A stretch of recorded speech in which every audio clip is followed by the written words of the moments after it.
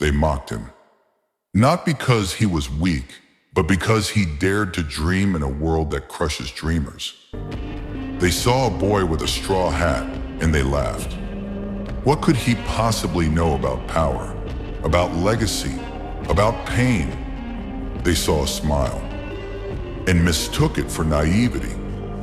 They heard his words, "I'll become the pirate king," and called it madness. But here's the truth. They didn't laugh because he was foolish. They laughed because they were scared that he just might be right.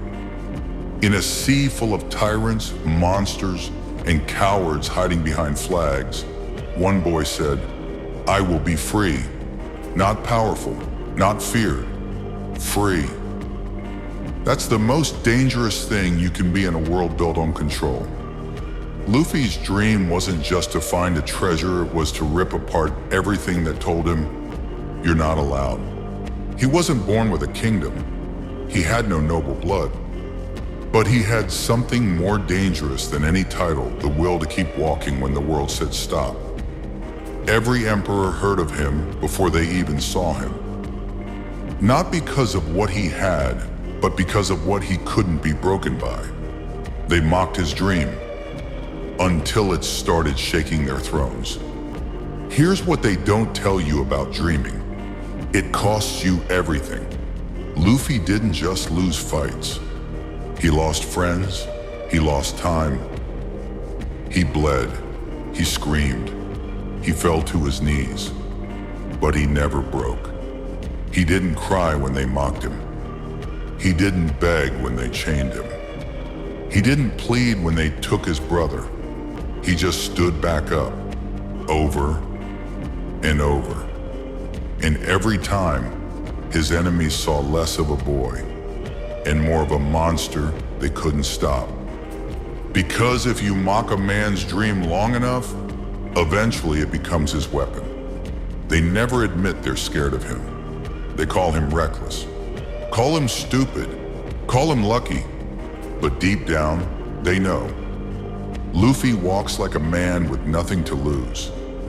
And that's the kind of man who burns empires. They feared Roger because he smiled on the scaffold. They fear Luffy because he laughs while breaking their laws. He doesn't follow orders. He doesn't kneel. And he doesn't stop. He turns humiliation into fuel, turns loss into fury, turns pain into power. He's not chasing a crown. He's becoming the storm that tears the old ones down. That's not a dream anymore. That's a revolution. You want to be like him? Then stop waiting for permission. They will laugh. They will doubt you. They will mock your ambition. Good. That means you're on the right path. Luffy never asked if the dream was possible. He asked if it was worth bleeding for. And when the world gave him pain, he gave it back with a grin. So build your dream brick by brick. Dare to be laughed at. Because when they stop laughing, they'll start watching, then fearing, then copying. And by then, it's already too late. Right now, they're mocking you.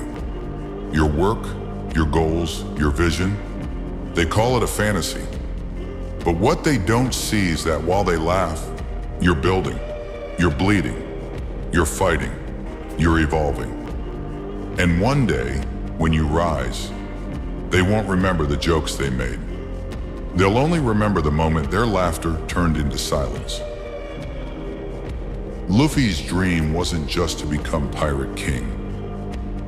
It was to show the world what happens when you refuse to break, when you weaponize pain, when you walk forward with nothing but heart. They mocked him. Now they fear him. What will they say about you?